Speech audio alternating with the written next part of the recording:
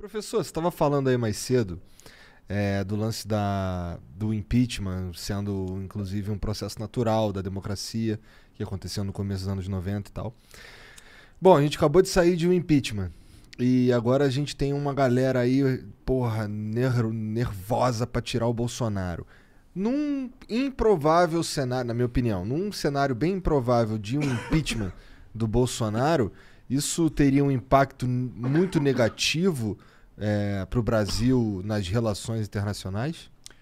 Olha, teve, assim, uma democracia, ela se consolida quando acontecem transições de poder da maneira planejada. Assim, impeachments acontecem, obviamente, eles são um pouco traumáticos, mas quanto mais a democracia consegue passar o poder de um governo que está terminando o seu mandato para outro, mais consolidada ela é, melhor vamos dizer, sua reputação também, sua estabilidade democrática, né? O que aconteceu nos Estados Unidos é um sinal de uma democracia muito fragilizada, que é a pessoa derrotada não aceitar reconhece a própria derrota. a própria derrota. Então, o que a gente teve no Brasil, nos Estados Unidos foi uma transferência não pacífica de poder. Morreram pessoas, né? Então, assim, o ideal, obviamente, é que você não tenha com alta frequência um impeachment. Por quê? Porque para futuros presidentes isso é um problema, porque lá, vamos supor que ele vai sofrer um impeachment e o próximo presidente que viaja para um país e promete assim, vamos dizer, eu vou implementar um acordo de comercial, eu vou defender um acordo comercial entre o Brasil e seu país. Outro lado, se pergunta, será que esse cara ainda vai estar no poder daqui a um ano? Porque já que tanta gente está sofrendo impeachment, então no Peru, por exemplo, isso tornou-se um problema sistêmico. A maioria dos presidentes estava enfrentando o risco de impeachment. Então, ninguém era muito difícil negociar com o presidente peruano. Agora, no caso, obviamente você também pode dizer, um presidente que viola a lei e não sofre impeachment também é um problema.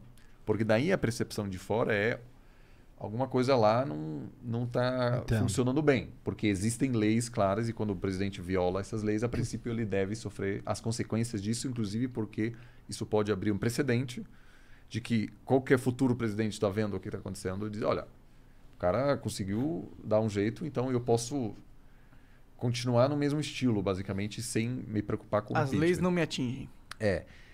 Que é vamos dizer, o maior teste da democracia, né? Se as leis atingem assim, são aplicadas contra os poderosos. Então, eu obviamente converso muito com pessoas que justamente defendem o impeachment imediatamente, mas eu conversei muito com pessoas nos Estados Unidos que trabalharam para impeachar o Trump. E aconteceu duas vezes o Senado não ratificou o impeachment. No caso americano é um pouco diferente. O presidente pode sofrer impeachment no Congresso e se mantém no poder. Aqui é diferente. Quando o Congresso vota por impeachar o presidente, ele já é afastado. Entendeu? O Congresso que é mais poderoso, então. Nesse sentido. Sim. E muitas pessoas que detestavam o Trump diziam é importante o Trump perder uma eleição. Porque se você tira ele de lá, ele para sempre vai dizer eu fui tirado de maneira legal. Tudo bem, agora ele perdeu uma eleição e mesmo assim diz que foi. Então, assim, eu acho que há bons argumentos dos dois lados. E a gente está indo para o mesmo caminho aqui no Brasil, não tá?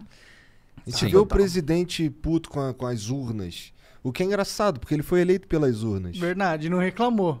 Não, e muitas vezes ao longo da sua carreira. Exato. Muitas vezes, repetidas vezes.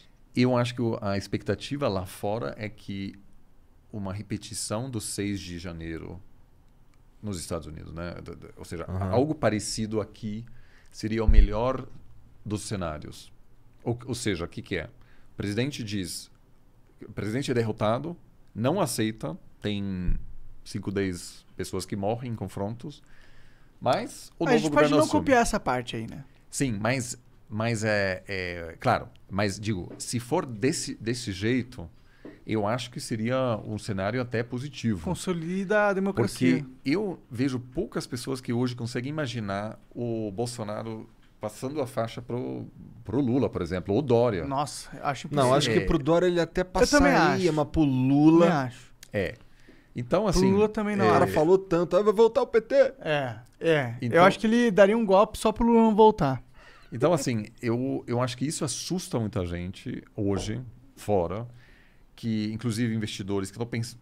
Olha o mercado brasileiro e dizem, olha, eu vou ver o que acontece no fim do ano que vem, porque se rolar bagunça, tiro, etc. Eu falei com um representante de um banco de investimentos, ele falou assim, a gente não gosta de tiro porque daí a gente não consegue entender quais serão as regras de investimento, como a economia vai reagir, etc. Então, isso claramente é um problema. O risco político Brasil está super elevado. O dólar meio que reflete isso. O dólar, mas também os investimentos. Se você hoje a participação de investidores estrangeiros na Bolsa Brasileira é muito menor do que era antes. O que para nós pode ser positivo. Mas o que não... Você estava falando disso agora aqui. Pode ser. Aí eu não entendo muito de Bolsa, mas pode ser uma chance de... Não, mas a princípio... Porque, tem uma forte presença se o estrangeiro saiu fora, quer dizer que se por acaso o Brasil melhora e a gente investe agora, quando os estrangeiros voltarem, que eles têm muito mais dinheiro que a gente, eles vão inflar a bolsa e quem estava investido antes ganha. Mas o investimento, obviamente, é fundamental também para viabilizar o crescimento. Sim, exatamente. Né? Ou seja, mas e o investimento externo, né? que é crucial para viabilizar essa melhora. E a gente está num dólar alto, faria sentido para o cara investir aqui, porque o dinheiro dele vale mais. E a situação até pode piorar, porque se a taxa de juros nos Estados Unidos subir, que pode acontecer no momento, né, porque tem um risco de inflação, aí muita gente tira o dinheiro daqui, coloca lá, porque tem um bom retorno. Sim, sem e muito risco. Exato, muito menos risco. Então, assim, eu infelizmente acho que a gente pode sim ter uma repetição com uma grande diferença. As Forças Armadas americanas não sonham com a volta para algum passado autoritário. Eles nunca ameaçaram um presidente civil. Ou seja, o controle civil sobre as Forças Armadas americanas é, assim, 100% seguro. Nunca houve uma dúvida sobre como as Forças Armadas iam se comportar no dia 6 de janeiro nos Estados Unidos. Aqui eu acho que tem muita dúvida. Tem muita dúvida. Então, mas muita mesmo. Por isso muita gente de fora olha e diz... Está acontecendo uma coisa parecida com os Estados Unidos, só que as Forças Armadas brasileiras, o que vão fazer? O resultado não vai ser o mesmo, talvez. Então, por isso, eu acho que muita gente está agora dizendo, olha, eu vou aguardar um pouco o que vai acontecer. E isso é uma preocupação da comunidade internacional, porque o Brasil é uma das maiores democracias do mundo. E uma erosão da democracia brasileira representaria, inclusive para o governo americano, um desafio grande sobre como lidar com aquilo. Porque daí tem uma série de questões. Será que a gente vai isolar o país? Será que a gente... Nossa, é o fim do mundo essa porra acontecer. Então... se o Bolsonaro dá um golpe... Cara, é tão absurdo que eu acho que é impossível. Eu também acho que é impossível, porque seria a ultimate pau no cu do Brasil. Não, o quanto tempo o Bolsonaro sustenta um golpe no Brasil? O cara não consegue nem sustentar uma comunicação internacional, vai sustentar um golpe. Cara do professor. Tirar uma risada do alemão é difícil. Eu acho que a gente precisa estudar rupturas em outros países para ter uma noção disso. Eu acho que eu acho que o plano de qualquer autoritário não é evitar uma ruptura clássica, porque essa sempre pode causar uma reação negativa da comunidade internacional. Então, vamos dizer, as erosões mais típicas agora acontecem ao longo de muitos anos. A Venezuela, por exemplo. A Venezuela era um país democrático, hoje não é mais. Só que ninguém sabe a data em que a Venezuela deixou de ser uma democracia. Então foi muito, vamos dizer, bem feito, entre aspas, porque havia pequenos passos. Aquele líder da oposição vai preso. Eu vou mudar a lei para que os juízes só terão indicação temporária. Então eles vão estar com medo do governo porque eles querem que os seus cargos renove. Então vou dando pequenos passos, né? Isso aconteceu em muitos países aqui na região, mas também tivemos casos de ruptura clássica. E a comunidade internacional não pode fazer tanto. Às vezes, né, isso é o que você estava dizendo, a gente tem a expectativa de que alguém vai fazer alguma coisa. Mas quando o Fujimori, por exemplo, deu golpe em 92, no Peru, o Brasil falou, olha, o que vamos fazer? A gente não tem o que fazer. E foi naquela época, foi ainda o governo FHC que... O FHC não foi para a inauguração do próximo mandato do Fujimori. Para mostrar que ele não estava gastando aquilo. Mas assim... Foda-se. Não vai mudar nada. Então, infelizmente, os mecanismos que foram estabelecidos na América Latina ao longo das últimas décadas, que em vários casos golpes foram... rolou uma vista grossa. Vamos dizer, aconteceram, em alguns casos, até a comunidade regional conseguiu parar. Por exemplo, o Paraguai teve uma tentativa de golpe em 96.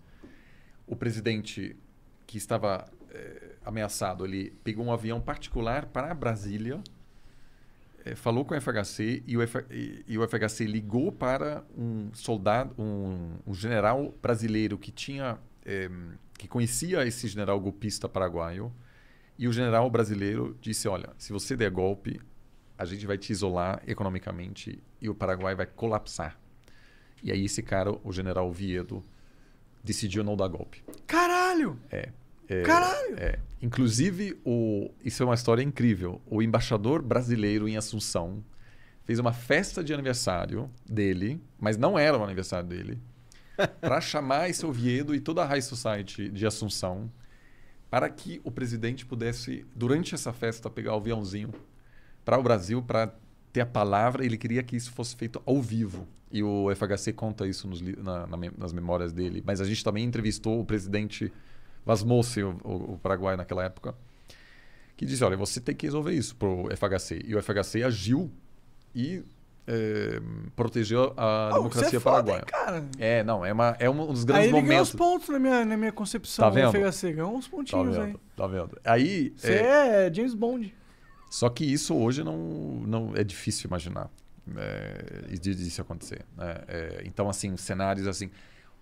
Tanto o FHC quanto o Lula tentaram parar o Chaves. Chegaram a conversar com ele. Tem vários relatos dos dois dizendo, olha, você precisa respeitar a oposição. O Lula tentou parar o Chaves? Porque tem uma história... Por que deixou o Silvio Santos passando tanto tempo na TV? Tô brincando. Olha, desculpa. Caralho, cala a boca. Pode me cutucar agora.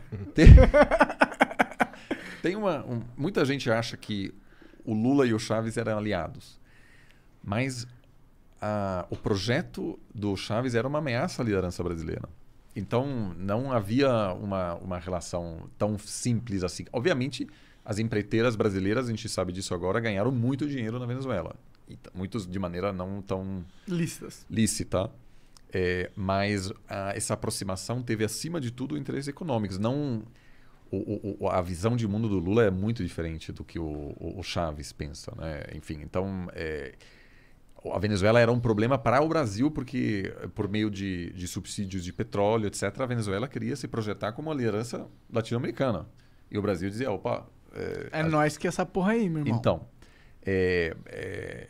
Então, assim, havia sim uma tentativa porque o Brasil sabia que um colapso venezuelano pode levar a uma intervenção americana, que é um péssimo precedente, porque daí, além das tropas americanas na Colômbia, você tem tropas americanas na Venezuela, e quando o Trump de fato começou a ameaçar a intervenção na Venezuela, até as Forças Armadas brasileiras diziam não, a gente não quer isso. Então, um país colapsado perto de você sempre é o problema. Refugiados, narcotráfico. Hoje a Venezuela é um narco-estado. Então é muito ruim para o norte brasileiro. O narco-estado, ou seja, eles produzem muita droga. Produzem muita droga, mas mesmo da mesma forma, né? Eu não aqui quero comparar o Afeganistão com a Venezuela, mas ambos os países têm um problema de governança. O Estado não está presente em todas as províncias. É como se o Rio de Janeiro, as favelas, fosse o país inteiro. Bom, no caso venezuelano, obviamente, por ser um país de muita extensão, sempre teve problemas de acesso no sul, sobretudo, né? Perto da Amazônia, etc. Mas você tem um ambiente no qual o crime organizado pode operar livremente, porque não tem fiscalização. Né? E então o Cartel de los Soles, que é o principal cartel, se chama assim porque na Força Aérea Venezuelana tem um sol. Então, são pessoas que usam, que têm envolvimento direto das Forças Aéreas venezuelanas no tráfico de drogas para os Estados Unidos. Por quê? Porque muitos deles não são pagos, porque eles venderam os uniformes. Ou seja, tem um processo de colapso que gera um ambiente muito interessante para o crime organizado. Meio anárquico. A Venezuela meio anárquica hoje em dia. Então assim, nunca houve interesse nem do PT, nem de outros governos em ver a Venezuela colapsar, que infelizmente aconteceu. E também demorará, enfim, infelizmente muitos anos para se reerguer.